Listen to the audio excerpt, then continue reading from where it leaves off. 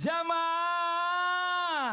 Yeay. Oh jamaah. Yeay. Alhamdulillah. Mana tepuk tangannya dari Pengalengan Bandung. Makasih banyak udah mampir ke studio dan juga jamaah Islam itu yang di rumah yang dirahmati Allah. Masih di tema kita pagi hari ini yang luar biasa. Wanita paling glowing di dunia dan akhirat. Alhamdulillah. Jamaah. Yeay. Pernah gak ngerasa takut kalau ngeliat orang tua lagi sholat sujud lama banget? Pernah Bu? Khawatir ya pasti ya. Nah ini ada tayangan nih ya tentang si paling takut kalau lihat mama sujud lama. Ini dia tayangannya. Tepuk tangan dong Bu. Ini Masya Allah ya. Anak tuh kadang-kadang kalau kayak gitu-gitu tuh diajarin juga. Dia punya kekhawatiran terhadap orang tuanya. Karena nanti besarnya jadi anak-anak yang peduli sama orang tuanya. Kita pasti pengen dong sebagai orang tua anaknya peduli sama kita. Bener kan ya? Nah ini Masya Allah nih kita kembali lagi ke tema kita nih. Katanya nih para wanita yang memperlama sujud ketika sholat. Dan banyak memanjatkan doa kepada Allah Subhanahu Wa Taala. Katanya ini bisa membuat wajahnya nanti glowing di akhirat. Wih Masya Allah. Nah ada yang tanya, Mas Fadli itu kalau sujudnya lama-lama bacanya apa? Kan udah selesai. Subhana rabbiyal a'la wa bihamdi cuma 3 kali. Mohon izin penjelasannya. Silakan Ustaz Syam. Tepuk tangan buat Ustaz Syam. Sampai guru Ustaz Maulana, Ustaz Nada, Mas Fadli serta guru-guru kami yang dimuliakan Allah Subhanahu wa taala. Al-Qur'an surah Al-Furqan ayat 70. A'udzu billahi minasy syaithanir rajim.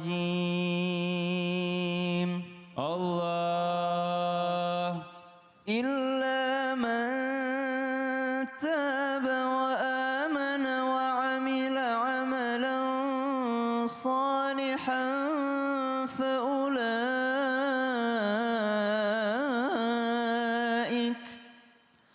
فأولئك يبدل الله سيئاتهم حسنات Allah وكان الله غفورا رحيما. Allah. Sebelum kita meninggalkan dunia ini dan berpindah alam ke alam kubur, alam barzakh, usahakan minta sama Allah Subhanahu wa taala di antaranya kesempatan untuk bertaubat. Karena orang yang diterima taubatnya oleh Allah Subhanahu wa taala bukan hanya dihapuskan dosanya, tapi faulaika yubaddilullahu sayyiatihim hasanat, akan dikonversi, ditukar dosanya yakni menjadi pahala di sisi Allah Subhanahu wa taala. Itulah pentingnya kita minta, bukan hanya minta rezeki, bukan hanya minta panjang umur, bukan hanya minta anak soleh, bukan hanya minta, tapi minta kesempatan taubat. Ya Allah izinkan saya taubat dan terima taubat saya sebelum kau cabut nyawa saya meninggalkan dunia ini. Karena keutamaan taubat sangatlah banyak. Dan biasanya orang menyadari dosa-dosanya, taubatnya itu khusyuk-khusyuknya biasanya pada saat dalam keadaan sujud. Apalagi dimulai khusyuknya dari sebelum sholat. Khusyuk memang dia ketika dia berwudu. Itu jadi khusyuk itu bisa dimulai pada saat berwudu. Ketika dia takbiratul ihram, dia mulai khusyuknya. Sehingga apa? Ketika takbiratul ihram, dia ingat niatnya. Dia ingat takbiratul ihramnya. Dia ingat ilmu-ilmu tentang sholatnya. Ketika berdiri, dia perpanjang bacaan Al-Qurannya. Ketika ruku dan ketika sujud, dia ingat bahwa salah satu posisi yang paling dekat dengan Allah Subhanahu wa taala adalah ketika hambanya sedang bersujud. Di sini letak keadilannya Allah. Jadi Allah tidak bilang posisi paling dekatnya hamba denganku adalah ketika dia di Mekah. Allah tidak bilang begitu. Ketika dia di Madinah, Allah tidak bilang begitu. Ketika dia di Palestina, tidak. Tapi Allah katakan ketika dia dalam keadaan bersujud. Kenapa? Karena tidak semua orang punya kesempatan ke Mekah. Tidak semua orang punya kesempatan wukuf di Arafah. Tidak semua orang punya kesempatan ke Madinah. Tidak semua orang punya kesempatan bersujud di Palestina. Tapi semua orang bisa bersujud di mana saja. Maka ketika bersujud dia lama-lamakan sujudnya. Nah sekarang pertanyaannya, ketika sujud apa yang dibaca? Boleh berdoa. Doanya apa? Kalau doanya dituntun oleh Nabi, dituntun oleh Al-Quran, boleh dilafazkan. Tapi kalau doa pribadi jangan dilafazkan di hati saja. Lisannya apa? Lisannya tetaplah bertasbih mengingat Allah. Subhana rabbiyal ala bihamdi, subhana rabbil ala bihamdi. Atau bacaan yang lainnya yang memang diajarkan oleh Nabi SAW. Karena ada banyak jenis bacaannya. Cuma yang umum di Indonesia subhana rabbil ala wa bihamdi. Kemudian kapan lagi sujud diperlama ini dianjurkan? Ketika sholat sendiri, bukan sholat berjamaah. Kalau sholat berjamaah, imamnya kelamaan sujudnya, keburu menghayal makmumnya. Beda-beda makmum, subhanallah. Mau ngintip-ngintip Ustaz Syam. Ngintip. Apa imamnya udah husnul khotimah apa ya?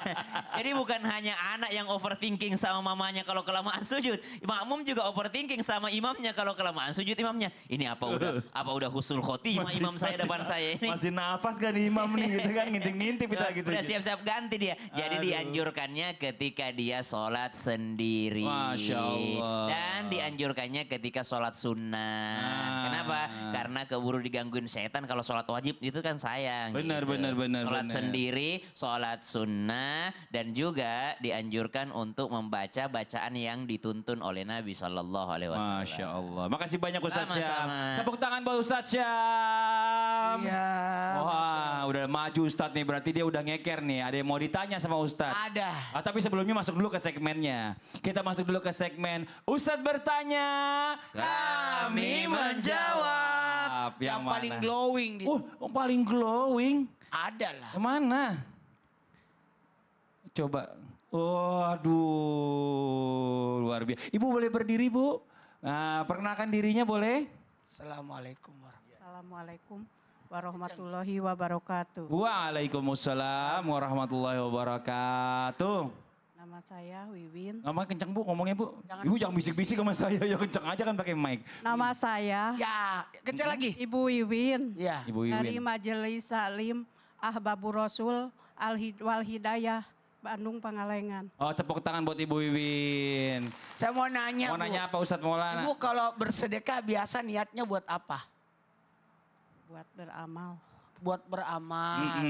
Buat apa lagi? buat ya buat masuk surga. Buat masuk surga. Iya, bener Jadi, lah. Iya, nih buat masuk surga. Iya. Enak juga ya kan? Jadi coba Ibu gini. Buat sedekah. Oh, buat sedekah. Niatnya apa? Kan kalau saya bersedekah supaya lancar rezekinya. Saya bersedekah supaya Buat masuk pahala- surga tadi udah dibilang. Ya, masuk surga. Buat masuk surga, iya. Iya. Ya, terima kasih. Assalamualaikum. Iya. Terima kasih. Assalamualaikum warahmatullahi wabarakatuh. Waalaikumsalam warahmatullahi wabarakatuh. Jadi gimana? Maaf, saya mau sedekah biar masuk surga. Silakan Ustaz Maulana. Sorga, Penjelasannya. baruannya uang kusut. Izin Ustazah dan Ustazah.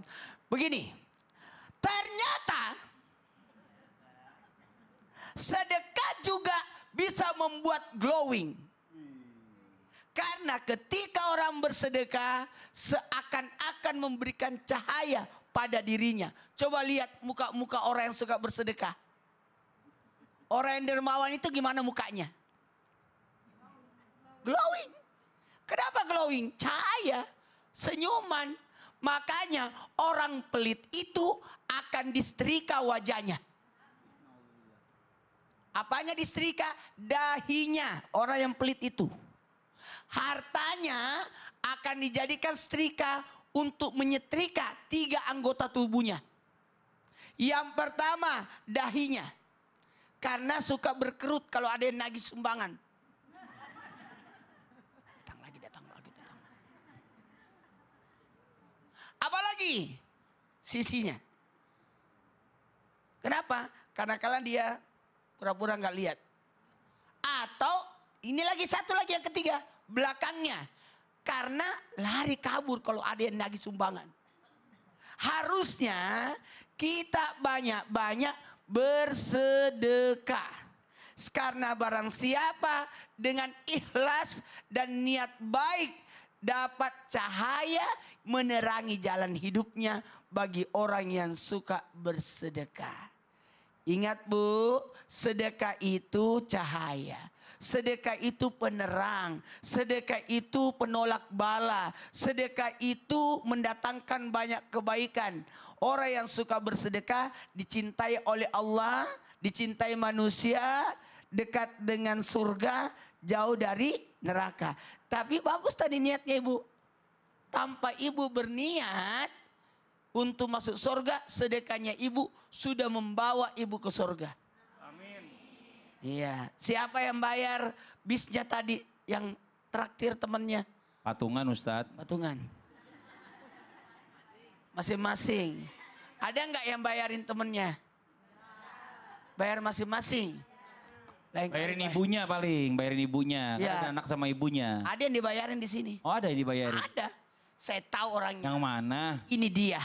Iya masih kecil. Dia belum punya duit Ustadz. Dia ada juga THR lebaran kemarin. Jadi gitu. Sering-seringlah berbagi. Karena orang yang berbagi itu pasti ceria wajahnya. Bahkan sedekah itu penolak bala. Bahkan sedekah itu membuat mohon maaf ya, panjang umur. Tarik menarik. Saking hebatnya orang yang bersedekah itu, disiapkan satu pintu buat orang-orang yang suka bersedekah.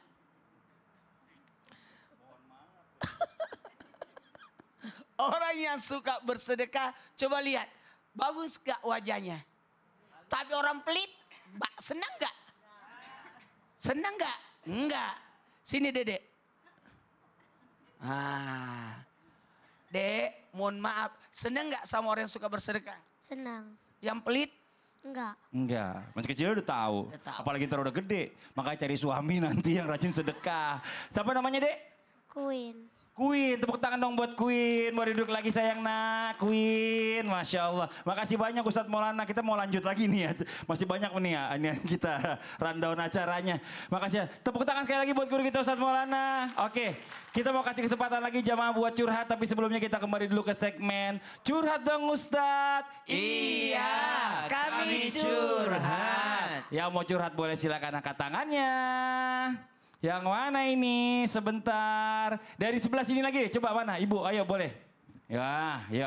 Silakan Ibu boleh maju ke depan Bu. Masya Allah. Sini Bu. Boleh minta izin Ustazah Nada, Ustadz Syam, boleh maju ke siap. depan. Silakan Ibu Ibu sini di Bu, tengah. boleh di tengah Bu. Iya, perkenalkan dirinya dulu Ibu silakan. Assalamualaikum warahmatullahi wabarakatuh. Waalaikumsalam warahmatullahi wabarakatuh. Nama saya Umi Ai dari Majelis Talim Ahbabur Rasul Wal Hidayah, Desa Sukaluyu, Kecamatan Pangalengan, Kabupaten Bandung. Tepuk tangan buat Umi Ai. Mau curhat apa Umi? Mana Umi Ai? Suami udah sehat? Alhamdulillah, Alhamdulillah Pak kenal. Ustadz, iya kemarin kan ke sini karena suami Umi sakit-sakitan dibawa ke sini, di sini dikasih doa sama Pak Oh, Masya Ustadz Allah. sama Habib juga, alhamdulillah bisa Tuh. ikut kembali. Oh, Masya Alhamdulillah. Allah. Oh, Sekarang mau curhat apa? Bukan suaminya lagi kan? Bukan. Oke, yang lain Alhamdulillah. sekarang. Nah ini Ya. maaf ya, Umi sekarang punya anak 3. Punya anak 3. Yang cikal perempuan, Yang cikal. yang kedua laki-laki, yang bungsu laki-laki. Kira yang cikal perempuan yang bakal, cikal bakal. Cikal itu pertama, yang pertama. Yang pertama ya. Oke. Begini Ustadz, saya ini anak kedua dan ketiga laki-laki itu sifatnya dia tidak terbuka sama orang tua. Oke. Nah kalau apa-apa mau kemanapun, kalau nggak ditanya Nggak jawab, nggak ngomong. Nggak jawab, iya. Kalau kita tanya paling ngejawab sedikit-sedikit. Sedikit-sedikit doang. Terus dia ada kegiatan kerja kedua-duanya. Cuman keduanya memang bersamaan, tapi beda wilayah, Beda terus wilayah. beda pegangan gitu. Oke. Bagaimana anak itu supaya Mau komunikasi sama uminya. orang tua sama Umi. Terus kan nggak tahu di awal. Ini anak yang misalkan yang tengah, dia nggak ada di rumah karena dia menghindar dari kerjaannya. Terus datang ke rumah, ada yang datang ke rumah, Umi nggak tahu awalnya, dia nanyain anak saya, anak Umi. Terus dia ini mau punya hutang katanya. Oh. Nah, punya hutang itu dia Umi kan nggak Nggak tahu. tahu, karena nggak terbuka tadi. Ya, karena nggak terbuka. Terus? Dia bawa polisi. Bawa polisi, Ya. astagfirullahaladzim, sabar Umi ya. Terus? Umi kan jadi Takut. takut nggak Iya, tahu iya, apa-apa iya, iya. sementara anaknya nggak ada. Anaknya nggak ada. Tetapi di rumah ada bapaknya sama kakaknya. Iya.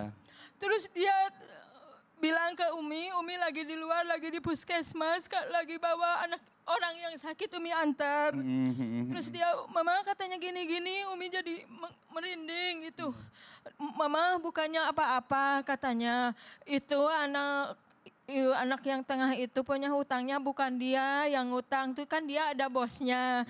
Nah, dia suruh ambil barang-barang memang dia, tetapi bukan dia yang ininya, Yang hutangnya, bosnya. tetapi pihak itu Ngejarnya ini anaknya anak Umi. ibu, oh iya Karena anak yang Umi besar juga anaknya iya.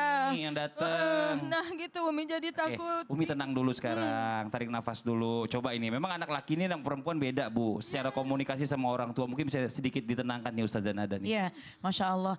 Yang pertama nih buat anak-anak semua tolong ya perhatikan jangan kita melakukan segala sesuatu nggak pikir-pikir yang akhirnya bisa berdampak kepada orang tua. Karena bagaimanapun orang tua pasti orang yang pertama yang sangat mengkhawatirkan. Ya, yang sangat mengkhawatirkan keadaan kita. Jadi jangan kita melakukan hal-hal yang aneh-aneh lah gitu ya. Kemudian yang kedua buat ibu bahwa sesungguhnya coba aja di waktu yang pas, di komunikasi di bahasa yang baik gitu ya. Coba ajak ngomong, coba hayu cerita apa sih yang ada masalahnya apa coba sama ibu. Nah ibu jangan marah-marah dulu, ibu tenangin hati dulu sambil hati istighfar baca sholawat meskipun kesel, meskipun misalnya pengen marah gitu. Cuma udah gak apa-apa cerita aja supaya ibu tahu ya. Kemudian yang kedua kan ada loh kita punya tiket emas. Apa tiket emas kita seorang ibu? Yaitu bahwa doa kita mustajab. Setiap sholat jangan pernah putus berdoa sehingga semua masalah anak-anak kita akan diberikan jalan keluarnya. Amin. Kalau lagi gelisah udah istighfar baca sholawat aja. Insya Allah Allah kasih jalan keluar. Iya gini Ustazah kalau dia ditanya cukup gitu jadi dia teh nggak mau ngebebanin Umi. Oh, Tapi Nggak ada mau. bagusnya Umi, kalau Ya. Umi diajak ngomong semuanya masalah utang kantor, ntar Uminya stres gitu kan. Padahal ini kan bukan urusan Umi juga. Iya. Itu juga polisi juga minta maaf bukannya untuk menagih, bukannya untuk apa-apa, dia emang silaturahmi. Terus iya. dia katanya itu yang pekerjaannya dari yang dia ngasih utang ke dia itu karena kan anak saya disuruh sama bosnya. Itu juga yang bawa polisi itu cuman untuk Nganterin saksi aja. ngebuktiin. Coba Ibu Umi. Ngebuktiin ke bosnya bahwa dia itu bukan dia yang Ya. nipu, terus bukan Ya paham Umi. bohong Ya gitu. oke. Sekarang gini Umi, coba Ustaz Syam coba nih sebagai anak laki-laki nih gimana nih? Kenapa nih anaknya nggak mau cerita sama Uminya? Jadi psikolog tuh ngungkapin bahwa setiap manusia dewasa itu pasti punya trauma dalam hidupnya. Punya trauma. Salah satu yang punya trauma itu adalah orang yang tidak senang cerita. Karena waktu kecil dia punya trauma. Salah satu traumanya suka dibandingin. Kenapa dia nggak suka cerita anak kedua ini? Karena mungkin suka dibandingin sama anak pertama waktu kecil. Nah, jadi waktu kecil sering itu kakakmu begini, kakakmu udah begini. Makasih anak kedua nggak suka cerita. Dia pengen ngebuktiin aja. Tahu-tahu subhanallah di luar punya masalah nggak mau cerita juga. Tapi Ya, bagus niatnya. itu mungkin Ya Umi jadi nggak mau cerita ke Uminya. Ini Ya. Umi tahu sedikit aja udah dibawa sampai ke TV nasional Stres, masalahnya. iya. Seluruh Indonesia tahu nih Seluruh masalah. Indonesia jadi tahu Iya. subhanallah. Jadi Umi sampaikan aja kepada anak itu walaupun dia nggak mau cerita. Nah kalau kamu nggak mau cerita, Umi cuma pesan satu, jangan kau ambil haknya orang lain. Nah, yang kedua, perhatikan daripada makananmu. Nah, usahakan, wajibkan dirimu makan yang halal saja. Kalaupun kau berhutang, jangan sampai hutangmu ini adalah sesuatu untuk gaya hidup, tapi untuk kebutuhan hidup. misalnya. Karena kan manusia kita tidak pernah tahu. Kadangkala tadi ibu yang pertama cerita, kadangkala memang lagi di bawah butuh banget buat berhutang. Kalau nggak hutang dia tidak bisa makan gitu. Jadi subhanallah, kasih tahu jangan sampai ada yang haram masuk ke dalam dirimu, jangan sampai ada pekerjaan yang haram yang kau lakukan, jangan sampai kau tinggalkan sholatmu. Jadi yang penting-penting aja sampaikan kepadanya. Kalaupun kau tidak mau cerita tidak apa-apa, yang penting kau jaga sholatmu, kau jaga imanmu, kau jaga dirimu, jangan sampai kau mengkhianati umi, jangan kau mengkhianati abamu, jangan kau mengkhianati Allah Subhanahu wa taala. Jadi kalau ada anak tidak mau cerita, biasanya memang karena waktu kecil dibanding-bandingkan, waktu kecil suka dihukum, disalahkan atas apa yang dia kerjakan. Karena setiap kita punya trauma itu, setiap manusia itu punya traumanya masing-masing. Beda-beda orang. Ada orang itu tidak pede cerita karena takut salah. Ada orang tidak pede cerita karena dia tidak mau kalau tidak sempurna. Ada juga orang yang begitu tuh. Jadi ada orang tidak mau cerita karena suka takut menyakiti hati orang lain. Nah itu mudah-mudahan semua yang dilakukannya karena menjaga hati uminya. Masya Allah. Umur berapa anaknya ibu? Umurnya 29. 29. Udah kerja 29. Udah nikah? Umi salah curhat di sini. Iya enggak Umi, ini kan kita kan nggak nyebutin Apa-apa, ini. Umi, maksudnya? Ya maksudnya kan biar juga yang ngutangin itu tahu kalau anaknya Umi juga nggak salah. Ini Masya Allah, jadi mudah-mudahan clear semuanya Umi ya. Umi mudah-mudahan kita kasih tangan sama Allah, doain aja anaknya terus ya. Mudah-mudahan anaknya jadi anak yang sukses Bu, amin. Amin. Ya. Buat jamaah Islam itu yang ada di rumah jangan kemana-mana. Setelah ini kita lanjutkan lagi pembahasan kita tentang wanita paling glowing di dunia dan di akhirat. Tetap di Islam itu indah, jamaah. Oh jamaah, Alhamdulillah.